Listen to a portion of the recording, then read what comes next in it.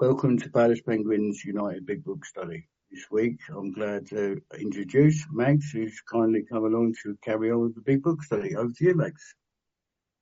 Thank you so much for your service, Laws. I'm Mags, I'm an alcoholic. You all know that drugs are part of my story too. It's great to see everybody.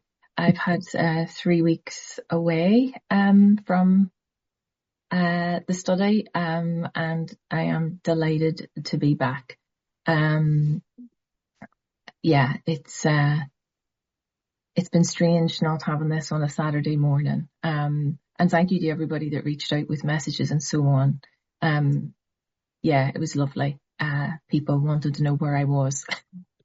There was never anything to be concerned about.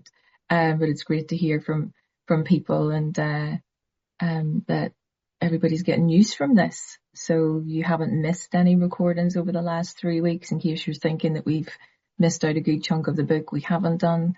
Normal service has resumed.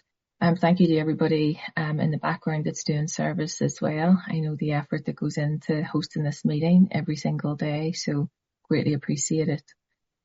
Yes, it is a big book study, so if you've got a big book, I suggest you have it in front of you. We're on the bottom of page 91. There's Dave sitting ready to go. Yeah, happy days. We can always count on you, Dave. So first of all, don't ask me why this is coming into my mind. I'm just going to say it anyway. Before the meeting started, there was a lot of chat about the weather here in Ireland, across the UK, because in parts of the UK it's an absolutely scorching 32 degrees Celsius, which is unusual, isn't it, in this part of the world really, and for this time of year. And the bants that were, is that even a word, or am I making myself out to be really old? Better, there's a much more cooler way of saying it, but there was a bit of banter going on around, people sunburn in the most odd places, or, only half your body has been suntanned and the other half hasn't been. And then, the whole discussion about the temperatures and what everybody's going to do. And then somebody comes into the chat from another part of the world, beautiful part of the world in France, and they say, oh, it's far too warm. You wouldn't want to be here. All of us love the sun for a period of time, and then we wither like little flowers because we haven't had enough cool cloud rain in the way. The reason why I raise that is, when you come into these fellowships, we have so much in common. The weather is the thing that we all have in common. Everybody has an opinion on the weather. It affects them in very, very different ways. Everybody has a judgment on whether it's too hot or it's too cold. Well, it's all right for you because I'm sitting in France and it's absolutely roasting hot. And we're in England complaining about the fact that it might be getting a little bit too warm. And, and this is not a criticism in any way, but it just got me thinking as to where we are in the big book of Alcoholics Anonymous. We're in the chapter working with others, and everybody in the fellowship has an opinion on what it means to sponsor people, when in actual fact, the clear-cut directions and instructions are set out in the chapter working with others. So what I'm going to be talking about to you today is to how we approach the newcomer, what a sponsor should do, what you should expect from a sponsor, and the reason why they will talk to you about some of the things that they do is because they're following a set of instructions. There is no discussion. There is no debate. You might have your opinions on what you think should happen, what you think should do, what you think other people should be doing.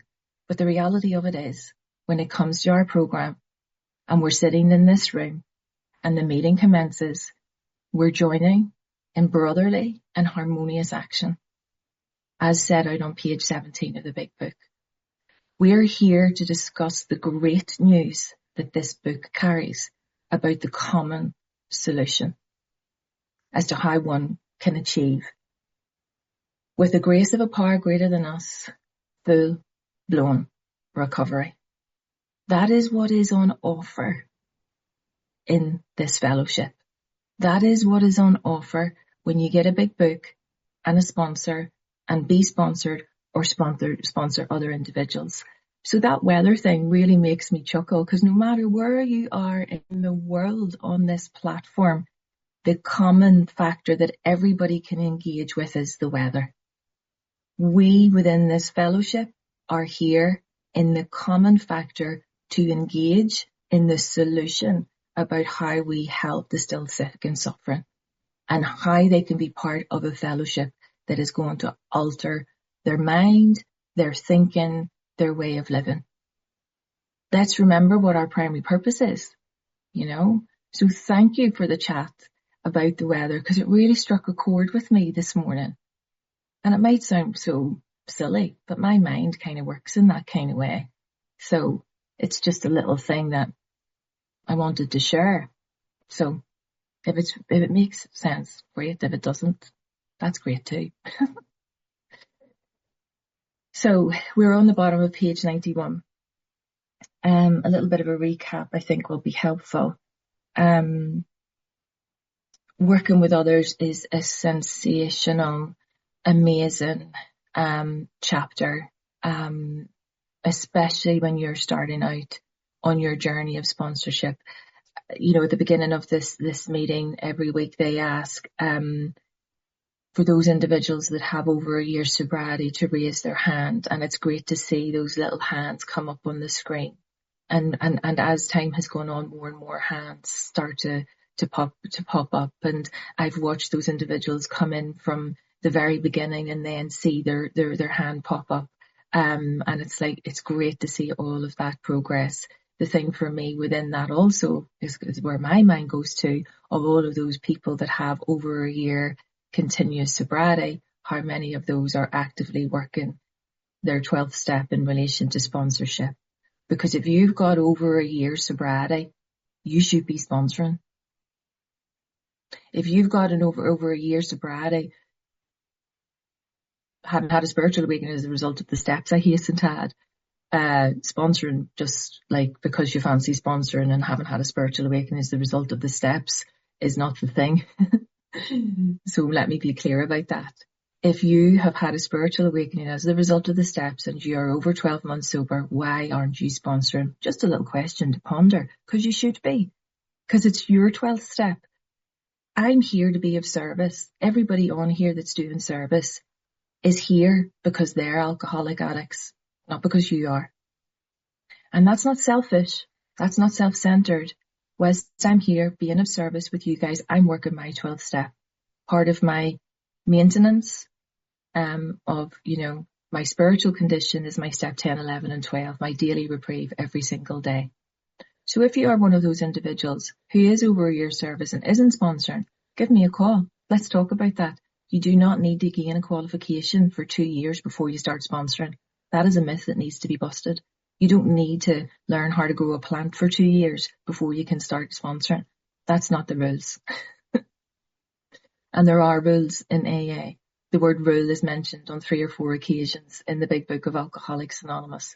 So they're there to be followed. And we'll point those out as we go through the course of the next number of weeks. So we know that this step 12 work on page 89 talks about, this is the part where life will take on new meaning. This is an experience you must not miss. Like, this stuff is life changing. This stuff brings to the fore so much about what life is about. I wouldn't be here if my sponsor didn't take his responsibility really, really, seriously. I take this stuff, as we all do, really seriously about carrying this message. The great news that the book carries. Life will take on new meaning. And the reality of it is practical experience, i.e. practice and action with working with others, intensive work. The first paragraph on page 89, intensive work, one alcoholic with another, ensures your immunity. It works when all other methods fail. So when I think my step 10 isn't working, when I think my step 11 isn't working, it is working as long as I'm practicing it and doing it every single day. But when I'm in a bit of a rut, I can tell you now, I've never stopped sponsoring from the moment I've gone through the steps with my sponsor. Like it says in Bill's story, when we have the certain trials and low spots ahead, through work and self-sacrifice, by intensive work with other individuals, we will get through those certain trials and low spots ahead. There's nothing in the period of time that, since I've been recovered, that I haven't been able to overcome through work and self-sacrifice with other individuals. You know, it helps with my thinking. I often get the answers to my own problems when I'm working with others and being of service to others. Listen, I'm talking to the converted here. Well, you all know the drill. But if you don't know the drill, we take this very seriously. The forward to the second edition, it always also talks about in there the little experience of Bill in his first 6 months of sobriety, and how he got another person on board, and that they realised at that point that one intensive work, one alcoholic with another, ensures permanent recovery. That's the words they use, permanent recovery. Now, you know that when I first came into the rooms, I've talked about this before, I thought it was about my own permanent recovery. I was naive to the fact that actually that meant permanent recovery across the world. Because as soon as I start sponsoring somebody, then they start sponsoring, and then they start sponsoring. We've got an army, as I call it, a gang of people who actually now across the world are ensuring permanent recovery. So don't be naive to the fact that you think that you're just doing this in this little part of the world. You know, our sponsorship families have grown and grown and grown exponentially, actually, since the COVID pandemic, because of the use of the online platforms. It gives us access to more and more people. So if you're sitting in the rooms, you're not doing this, and you've had a spiritual awakening as a result of the steps, what are you doing? My sponsor taught me that, you know, when you're in the rooms, you're there to be sponsored or you're sponsoring. If you're not doing either of those, what are you doing? Like, that's a big deal. Think about that. If you're sitting in the rooms and you're not sponsoring or you're not being sponsored, why are you here? Are you just here? I don't know. Because I didn't fancy sitting about the rooms in Belfast here just for the laughter and the fun of it all. Because there wasn't very much laughter and there wasn't very much fun, you know. They kept telling me, we're not a glum knot, and I kept looking at them thinking, well, you want to tell your face that? You've heard me say that before, you know. That's the reality of it. Now, I understand, if you're a newcomer here today and you're trying to work out what this is all about, please do not be concerned. There's nothing to work out. Get a sponsor, and your sponsor will tell you what to do. And even better, the instructions for those individuals that do sponsor, you'll not be waiting around long, because their instruction is to make the approach. So if you declare yourself that you're a newcomer and that you haven't got a sponsor, you're guaranteed that somebody in this room will make the approach. So if somebody reaches out to you and says, I've got what you need, don't be concerned about that. That's exactly what they should be doing, because that's their 12 steps. And you will be helping them more than you ever know. So it's a win-win situation. I don't know any other, well, I can't think of one off the top of my head this early on a Saturday morning where there's such a win-win situation.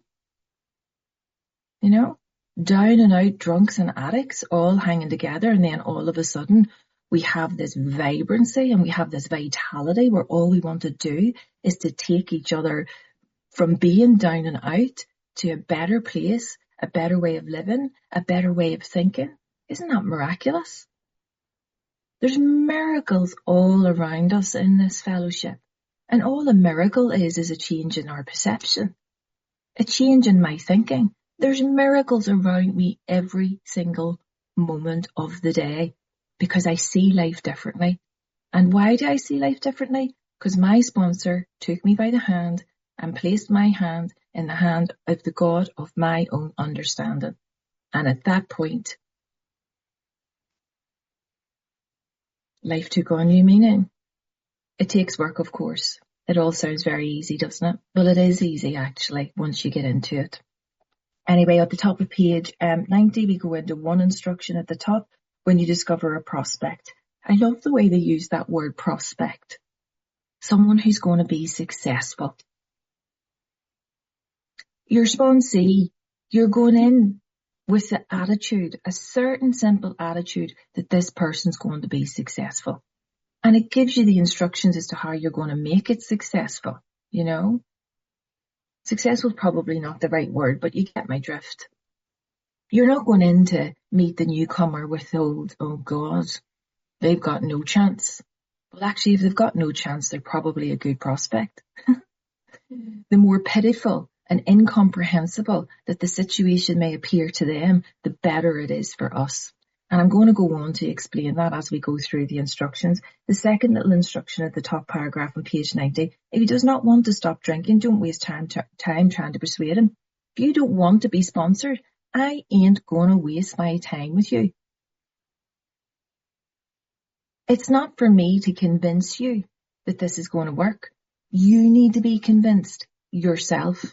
And how do you become convinced, i.e. being moved by the evidence that you actually are one of us?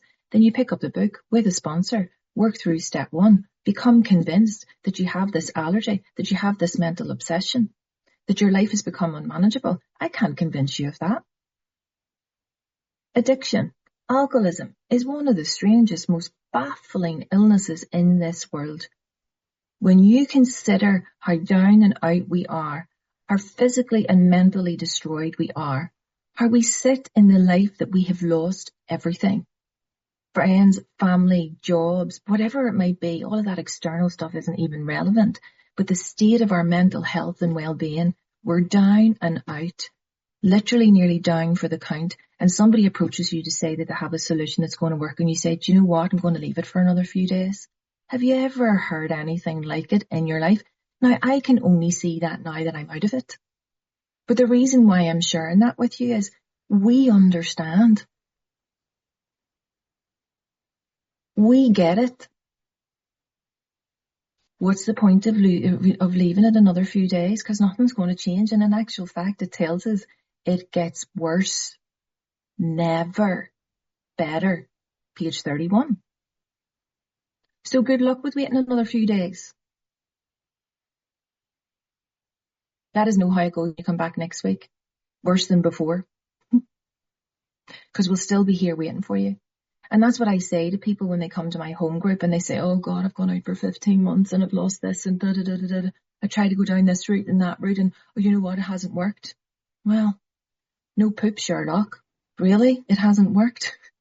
Could have told you that 15 months ago, but that's not the realm that we live in. It's not, I told you so. It's never that. What it is, all we say when someone returns is, we've been waiting for you. Because we'll always be waiting for you. Because we'll always have the solution that's going to solve all your problems. But if you're not ready, meaning for immediate use, then I'm not going to waste any time. Because there's somebody else waiting that is ready for immediate use and wants to get started. There's no shortage of prospects. But what we do, as it says in working with others, we leave with a friend. You'll always have my number. You'll always have a contact. And if I can't do it, then we'll put you in touch with somebody else. And sometimes it's difficult when you're getting messages on here or people are, you know, and we all experience this, don't we? There's lots of people getting in touch and sometimes people might forget to respond and all of that. Don't take that personally either, you know. These things happen, but ultimately you'll get to the right person. You really will. But this is about taking action. There's a whole load of instructions and discussion and everything right the way through page 91. We finished on the next kind of little instructions start at the paragraph beginning, see your man alone, if possible. It was written in the context that there would have been family members around back in the day because there wouldn't have been very many meetings that people could have accessed. But they're saying here, as the alcoholic, I see the person alone. Engage in general conversation. We talk about his phase of drinking, all of the drinking habits, the symptoms being the physical allergy and the mental obsession. If you're not talking about that on the first approach, then I don't know what you're talking about. The symptoms of, oh yeah, you know, whatever. If you're not talking about the physical allergy and the mental obsession, then you're not helping the newcomer understand what they're admitting to in relation to their powerlessness. And we'll talk a little bit more about that as we go through the next couple of pages. We talk about, in some of the rooms, everything but the physical allergy and the mental obsession, and all it does is cause confusion for the newcomer. So when crystal clear in sponsorship, we are setting out the clear-cut directions and the instructions from the 164 pages. We're not giving our own opinion as to what the symptoms are. We're not giving our opinion as to whether we've been born with it, whether it's hereditary, whether it's in our DNA, whether it's developed over time. We're not giving an opinion on that. What we're just trying to establish is, are they one of us? Do they have the physical allergy, the mental obsession? How are we helping them to understand that? If he wishes to talk, then let, of course, have the conversation. You'll get a better idea as how to proceed. If he's not communicative, then we talk about our own drinking stories and the escapades that we had. If he's in a serious mood, then talk about the seriousness. If he's in a jovial mood, then talk about the jovial things. Just have an interaction. You meet the individual where they're at. This is not about us talking down to people. Oh, look at me, I'm great. I've had a spiritual awakening as a result of the steps and I'm greater than you. Absolutely and utterly not. Like it says on page 18, where it describes the quality of a sponsor, there's 10 things within that paragraph at the bottom of page 18 that clearly outline what this is all about. You know, we meet them where they're at. We're no holier than thou. There are no fees to be paid. There's no lectures to be endured. I'm trying to remember these off the top of my head. I'm not doing a very good job of it. Yeah, had the same difficulty, that he obviously knows what he's talking about. I love this line. His whole deportment shouts at the new prospect that he is a man with a real answer. You know, we don't come in all light and fairy skipping about thinking, oh, maybe I have something that I can give you. No, categorically, I will shout from the rooftops that I have what you need as a solution to take you out of the misery that you're living in. That's what we've got to do. My whole deportment will shout at the new prospect that I have a real answer. Not an airy-fairy answer, you know. And many don't like the matter-of-fact approach that we're also instructed to do. They don't like the fact that we talk about it's going to take action. You'll hear me say all the time, this program works if you do the work. If you don't, it won't. Simple as that. I ain't going to waste any time with you if you don't want to do the work. The reality of it is it takes action. Practice and action from the outset. It tells us that. And so it continues. In this first approach, you're just getting to know the person. You're just trying to find out as much intelligence as you possibly can as to how to approach the next steps. So the paragraph that we're starting on, I hear you say, when is she going to get into this? She's waffling on here.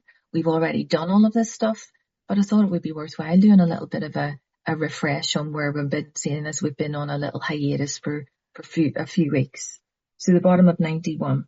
This is basically instruction number 10. Okay, there's 15 in total. If you've missed a few of them along the way, don't be concerned. You're not going to fail the test. There is no test. You've just got to do the work, right? So when he sees that you know all about the drinking game, commence to describe yourself as an alcoholic. Very clear about what that description is.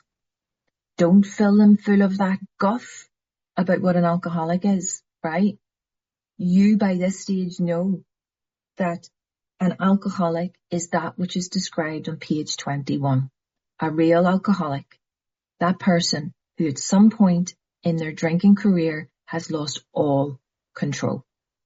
That's what you're describing yourself as. Now you can talk about what that means, of course, at some point in your drinking career. When I'm approaching the newcomer, I'm kind of having a conversation about the fact that, yes, at some point in my drinking career, I did lose all control.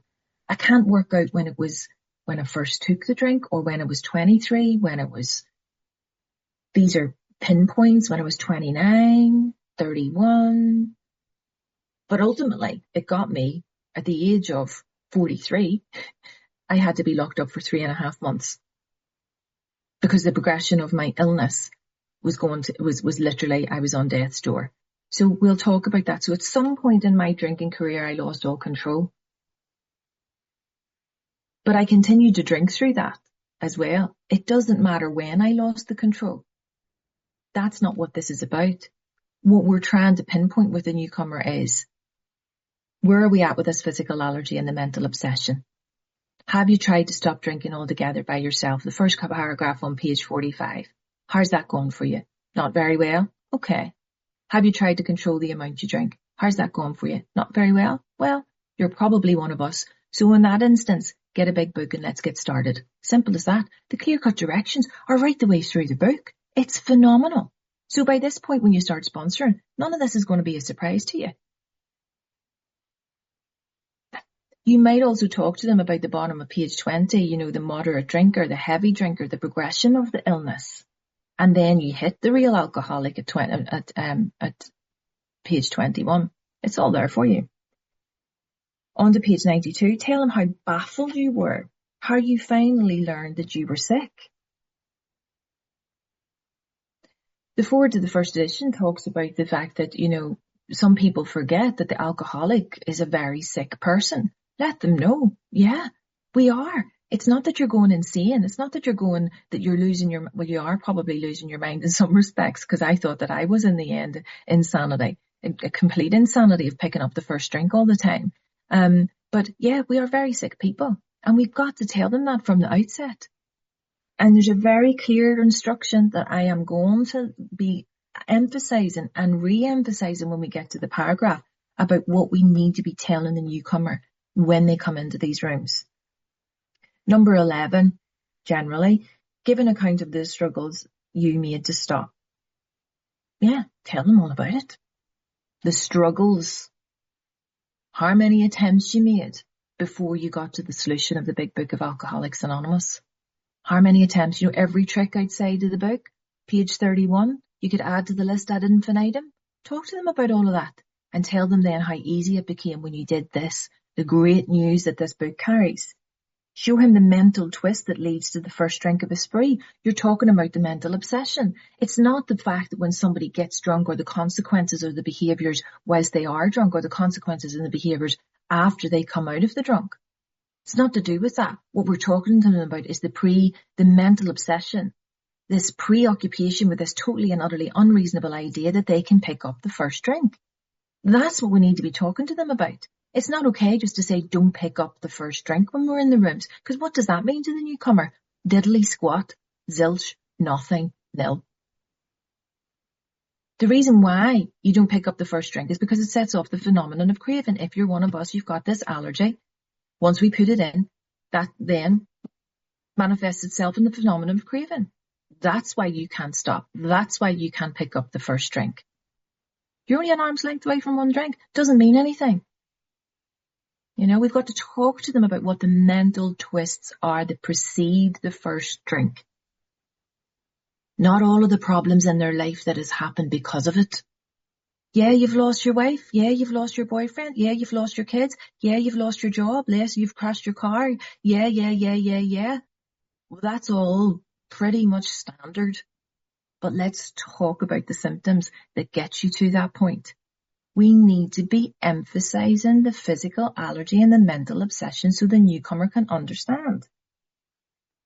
We suggest you do this as we have done in the chapter on alcoholism. Get them to read chapter 3, more about alcoholism. Because we know that from page 23 to page 43, we're talking about the mental obsession. So a good chunk from page 30 to page 43 is about that mental obsession. We know that we have those 3 little tests within there. It talks about stepping over to the nearest barroom, trying some controlled drinking. It talks about drinking like a gentleman. It talks about giving it up for a year. Those 3 little tests. Have they been able to do any of that? Because they'll be able to identify themselves. Is this me? Is this me? Is this me? If they're really honest with themselves. And you can talk to them about your experience of that. Within More About Alcoholism, there's also the 4 stories. The 4 alcoholics. The guy with the carpet slippers who died after drinking, after 25 years of sobriety, picked up 1 drink, and within 4 years he was dead. Is that you? Is that your newcomer? Have you tried to give up drinking by yourself for a long period of time and then picked up again? You may be the guy with the carpet slippers. What you're trying to get here is this you? The identification that I may be one of these. Then go into story of Jim, the milkman, as I call him. That guy that went through the apparently went through the steps, but stopped at step 11. Yeah. He had a self-help program instead of a full-blown recovery program. He stopped at 11 and didn't do step 12. That's why I'm saying at the top of this conversation, it's so important that if you are not sponsoring, you're not doing your step 12, you're not having a full program of full-blown recovery. At some point, you may well end back up at step 1. So Jim the milkman, another good story. Then you go into the jaywalker, the absolute insanity of picking up that first drink. And then the final story in that is Fred's story, that person who didn't think he was an alcoholic and nor could he accept the spiritual principles. So he was in real danger. But ultimately, he was brought to his knees. The great persuader, that being alcohol, brought him to a state of reasonableness where he then got the solution. That's why More About Alcoholism is such an important chapter for the newcomer to read. And it's the instructions from the book. So if you're not telling them to read that, what are you telling them to do? Of course, they may get a little bit of information from the doctor's opinion, but it's complicated and needs somebody to bring you through it, because the language that is used within the doctor's opinion isn't necessarily reflective of the language we need today. So a sponsor would be really important in any event to take you through the big book, of course. But if they're telling us to go to More About Alcoholism, then that's what we do. If he is an alcoholic, he will understand you at once. Remember page 18, the guy armed with the facts about themselves. You can make the connection with another alcoholic in a matter of a few hours. They will understand you at once.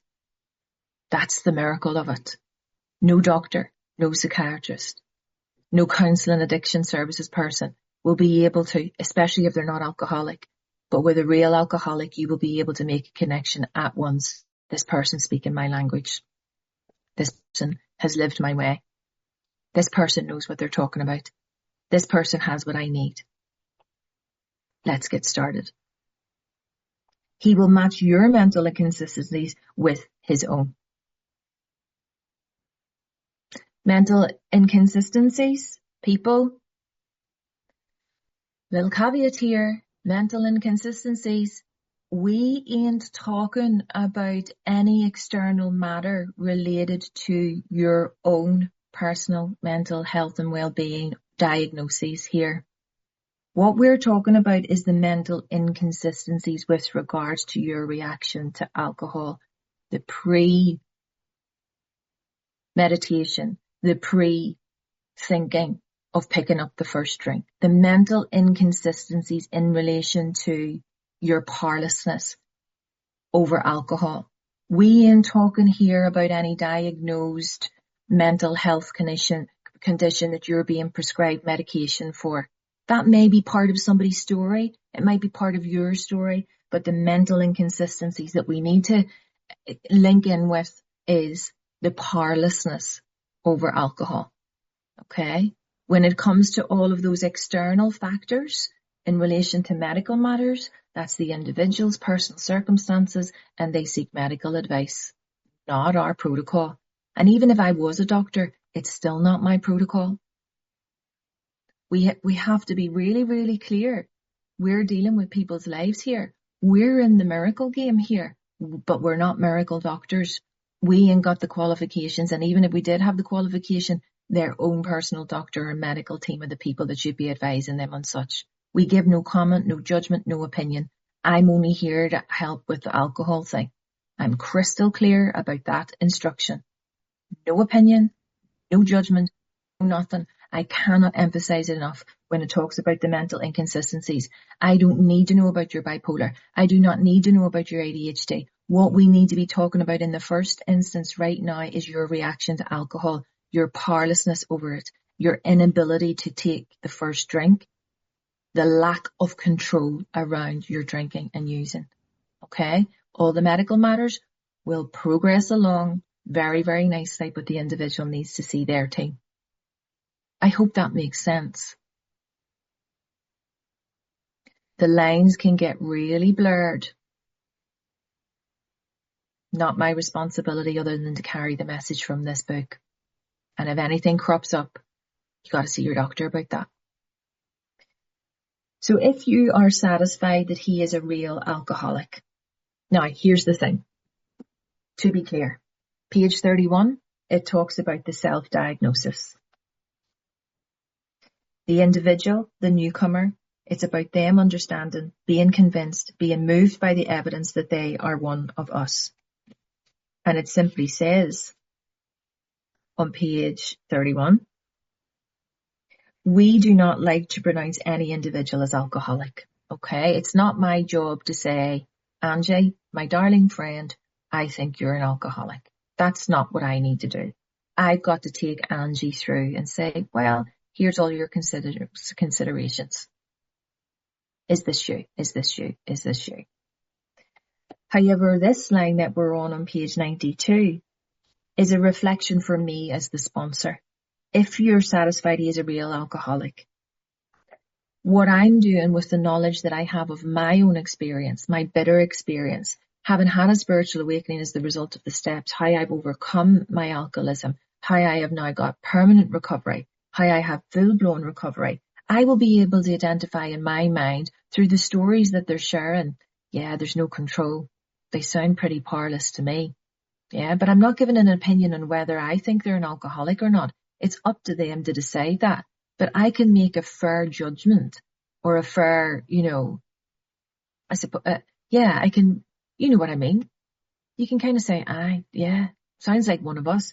And if I can say, yeah, he's a real alcoholic, he sounds as if he has the allergy, sounds as if he has the mental obsession, he's tried several times to stop and he can't, he hasn't had a sponsor yet. Okay, well, the next step is, and here is the important thing, begin to dwell on the hopeless feature of the malady. Number 12. The hopeless feature of the malady. You are beyond medical aid. You are hopeless. You are doomed to an alcoholic death. The depth and weight that the newcomer has to be told. This is what it's telling us here. You've got to dwell on the hopelessness. The depth and weight. You'll go insane, you'll die, or you'll be locked up. That's the depth and weight that it talks about in the doctor's opinion. If you're a newcomer on this meeting today, that's what's going to happen, and that's what I need to be telling you. And this might sound harsh, but please take this in the spirit in which it's meant. We are hopeless when we're in the grips of this progressive illness. We will die if we keep on going the way that we're going. If you are a real alcoholic, that person that has lost all control. We are doing the newcomer a disservice if we are telling them they're going to be okay. We have to tell them that they're hopeless. A friend of mine who's been around in the fellowship a long time talks about this better than I can. And he has taught me that for the newcomer who's sitting in the rooms, taking no action, just going to meetings every day and being told that there's hope, becomes a prisoner of that hope when there's no action. You can become a prisoner of hoping this is going to get better if you're just sitting in meetings and doing no work. If you're just hoping that this is all going to work out, or if you're just hoping that things are going to get better and not taking any action, you are doomed. This progressive illness will take you in its grip. That is the honesty, the truth. That's what's in the 164 pages. That's what we need to be telling people. Because without understanding the hopelessness, there is no hope. Now, as we go through the pages, as we go through the steps, as we take the action, something happens. Something changes within us. We feel better. We are thinking better. We get more energy. And then all of a sudden it's like, wow, this feels different. Something's happening. And the hope then takes on a different guise altogether. we move from understanding step one and understanding this God of our own understanding and making this decision and into the fearless and thorough moral inventory and admitting our wrongs and doing our step 5 and asking for our defects to be removed. We go out and make those amends. And then the next thing, we start to hope that we get to the end of this so that we can start sponsoring people. You know, the hope takes on a different meaning. I really want to do this well because I want to give this away to the people that need it, because I can see the transformation that has happened to me. I've gone from a hopeless case beyond medical aid to somebody who's hoping that they can pass this message on. And there's not even any hope within that. You will pass it on, you know. So the word hope to me is a beautiful word, really beautiful word, but can get misconstrued in many respects, because the reality of it is we've got to tell you. So don't think that it's harsh. Don't think that the person approaching you is being cruel. Don't think that they're doing anything other than being matter of fact. We're instructed from page 9 in a matter of fact way. Roland Hazard and Sebro Greaves approached the judge to release Ebby Thatcher to get him the solution so that he could give it to Bill. In a matter of fact way, they outlined a simple program of action. That's what we're doing. Outlining in a matter of fact way a simple program of action, and if you do not take the action as is outlined, guided by your sponsor, you're doomed.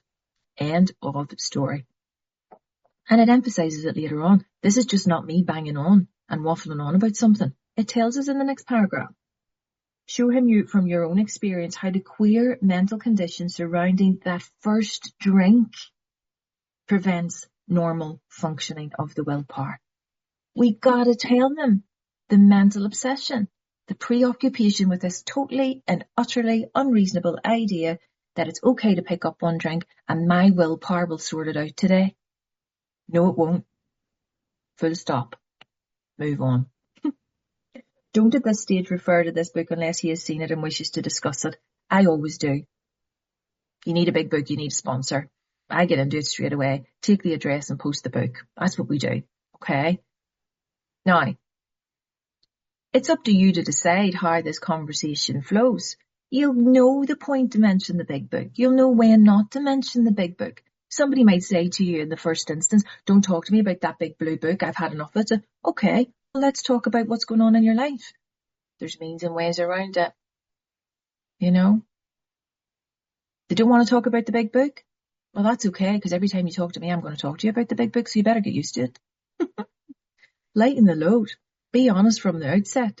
I ain't going to be... When my sponsees call me now and they're 6 years down the line sober or 35 years down the line sober and they want to call me about somebody and complain about it, I'm like, wait, hold on a second. Let's get back into the spiritual principles. Let's get into the page that talks about this. And I can feel them at the other end of the phone rolling their eyes and tudding, possibly, because I keep bringing them back to the big book. Well, you've been with me 6 or 7 years, so get used to it. How do you like them apples? That's what my sponsor used to say to me. How do you like them apples, Max?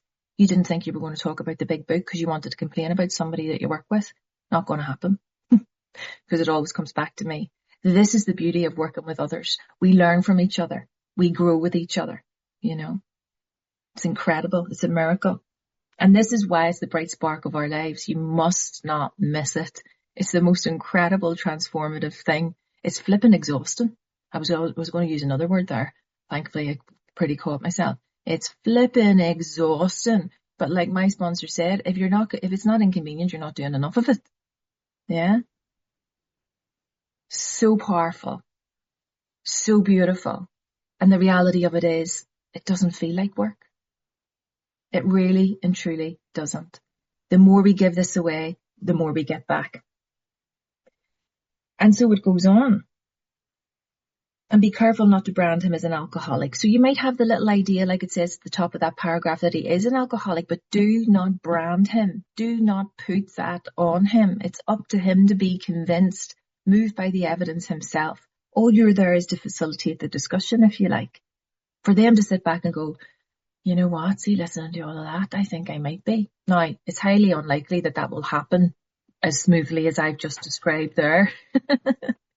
If the person is anything like me, I'm that person that went, give me a few more days. I went out for 6 months and all the while it was getting worse, you know.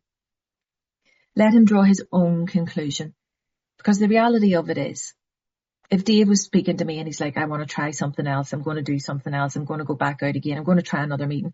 No bother, Dave. That's dead on. You've got my number. You contact me whenever you're ready, because I'll be waiting for you.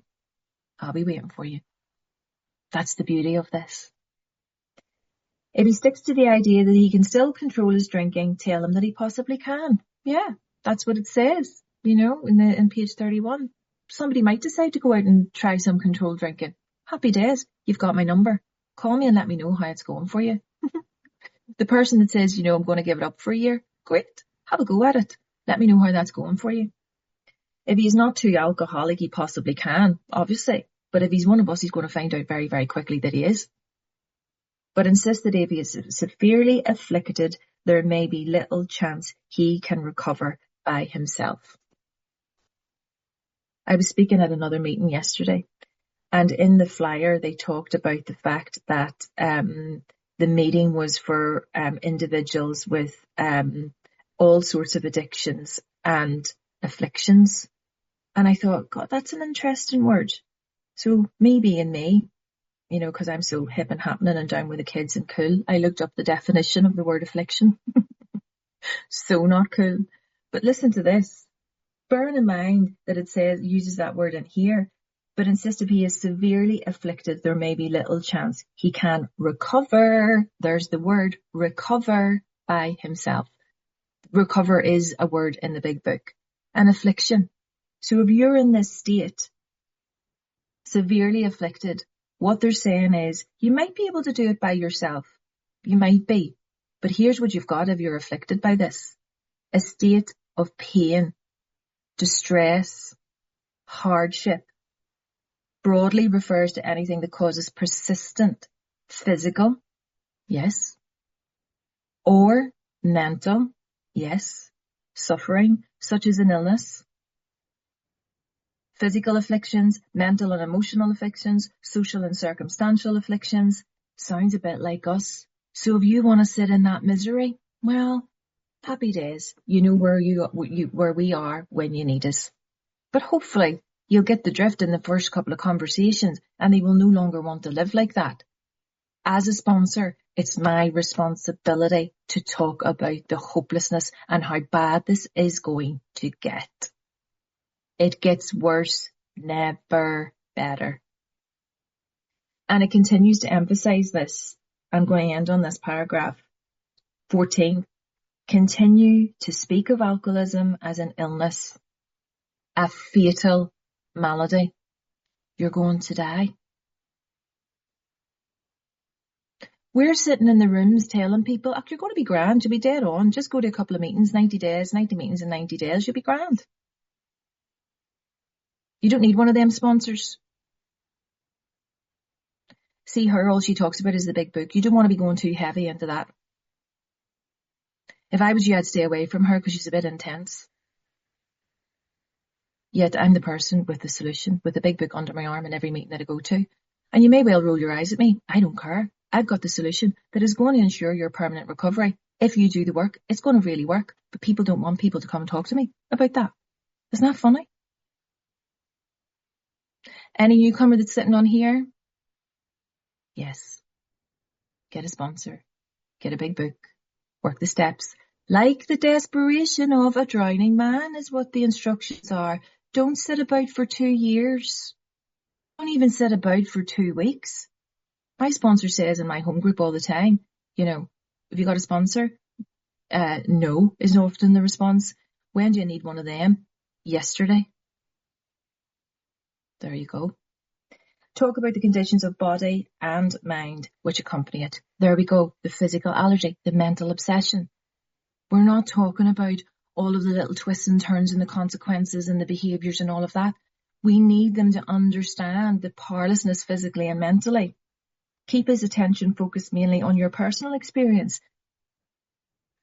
We got to get him to understand this. We're not sitting there with a checklist going, did you drink X? Did you use X? How often have you been drinking? It's not for us to use that checklist on them. We need to share and open up the conversation for them. We're not going in to test them. We meet these individuals where they're at. It's as simple as that. I talk about all of the debacles that I've got into, all of the physical and mental things that happened with me. It's as simple as that. Explain that many are doomed. Doomed is not the first time we've heard that word. It's in the doctor's opinion as well. Being sent home to die. Who never realise their predicament.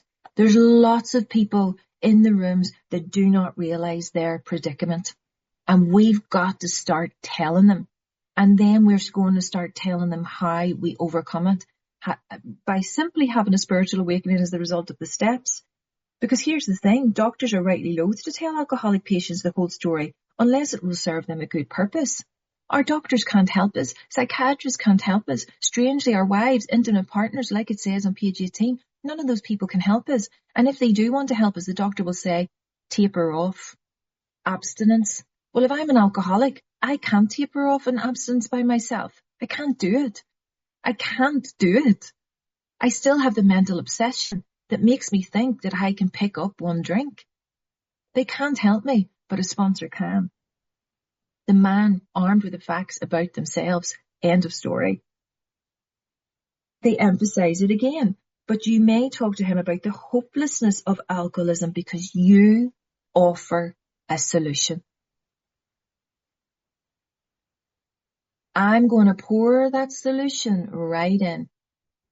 If you think about, like diluted orange juice or cordial or blackcurrant, but you pour it out of the bottle, you put it into the glass and it's like that deep, deep, deep purple. And then you put water into it and it goes a beautiful colour of pink, or maybe the water seems to clear a little bit. All I'm going to do is pour the solution of the big book of Alcoholics Anonymous into the darkness of where that person's thinking is right now and give them clarity about the predicament that they're in. And the solution is there. And they'll no longer see the darkness at the bottom of the pit. What they will be brought to is something much more clear that they can see through. There will be an opportunity to get to that point, to let them see their predicament and the solution that comes along with it. And because of all of those actions, you'll soon have your friend. Notice that word, your friend. I love it. You leave with a friend is what they say. You might not like your friend and what they're telling you, but you will be leaving with a friend. You might not like hearing the truth, but that's the beautiful thing. I've got hundreds of friends and they don't even know that they're my friend because they don't want me to be their friend. I don't care. But when you're looking for the help and you want to call about something, I'm here for you, no matter what. Might not always get back to you because of forgetting stuff, but it's not intentional. We all have those days, So you soon have a friend, will have a friend admitting he has many, if not all, the traits of the alcoholic. Again, traits. I know that I sound like a broken down record, but I'm not apologising for it. The traits of an alcoholic. Physical allergy, mental obsession. We're dealing with the powerlessness. We're getting them step one to admit they're powerless, that their life has become unmanageable. That's where we're at in this conversation. The God thing might come up. And it talks about that in a little bit. If his own doctor is willing to tell him that he is an alcoholic, so much the better. Happy days. That makes our job even easier. And even though your protege may not have entirely admitted his condition, so he admits to let in the idea, he might not be so sold on the allergy, but he might be understanding picking up the first drink. He might not be so sold on all of it. And I love the word protege. I love the word protege. So prospect is somebody who's going to be successful. A protege is somebody who's guided and supported by a person with more experience. Because the reality of it is, as a sponsor, having had a spiritual awakening as a result of the steps, at this point I am more experienced. It's like the teacher and the pupil. But as they then go through the program and have a spiritual awakening as the result of the steps, that's when we stand shoulder to shoulder in this common journey of recovery. That's what this is about. Then they become the teacher and they get their pupil. Then they stand in common shoulder to shoulder on this common journey. That's how this cycle works. So it continues. He might not admit all of his condition. He has become very curious to know how you got well. Happy days. This is the end. Let him ask you that question if he will. And in italics, tell him exactly what happened to you. Warts and all, tell him what happened to you. Stress the spiritual feature freely, not a religious program, a spiritual program. Don't be put off by the God thing. We're not even going to talk about that yet. It's a spiritual program and it works. If the man be agnostic or atheist, make it emphatic that, italics, important, he does not have to agree with your conception of God. He doesn't even have to use the God word at this point. On page 28, there's some very clear-cut directions that tells us we have no opinion on anybody's current or future religious affiliations. It's up for each man to decide for themselves. Okay? Really, really simple. The God thing will come. Set that aside. Everything you think you know about this program, everything you think you know about this fellowship, set everything aside. Because all we need to do is to get into it. Get into the big book. When do we want to start? He can choose any conception he likes, provided it makes sense to him. But again, we'll cross that bridge when we come to it. The main thing, italics, important, the main thing is that he's willing to believe in a power greater than himself and that he lived by spiritual principles. Now, there's loads of ways that we can get that into a conversation. Like with my sponsor, or the lady that introduced me to my sponsor in my home group. She asked, are you powerless? Well, yeah, and we talked a little bit about that. Are you willing to help others once, you become recovered? I said yes. I didn't even know what it meant, and I didn't know what I was saying yes to. And then she said, are you willing to believe? Do you believe, and are you willing to believe? And at which point I was so desperate, I said yes, and I didn't even know what she was talking about. But she did exactly what was set out in this book. We'll talk about God when we get to talk about God. This is a spiritual program. Don't be afraid of it. Don't be concerned. End of story. Get them a big book and off you go. It's that simple. I've talked far too long. You can tell I've been away for 3 weeks not talking to anybody. So I hope I haven't bored you. I hope this has made some sense. And we continue with these directions next week.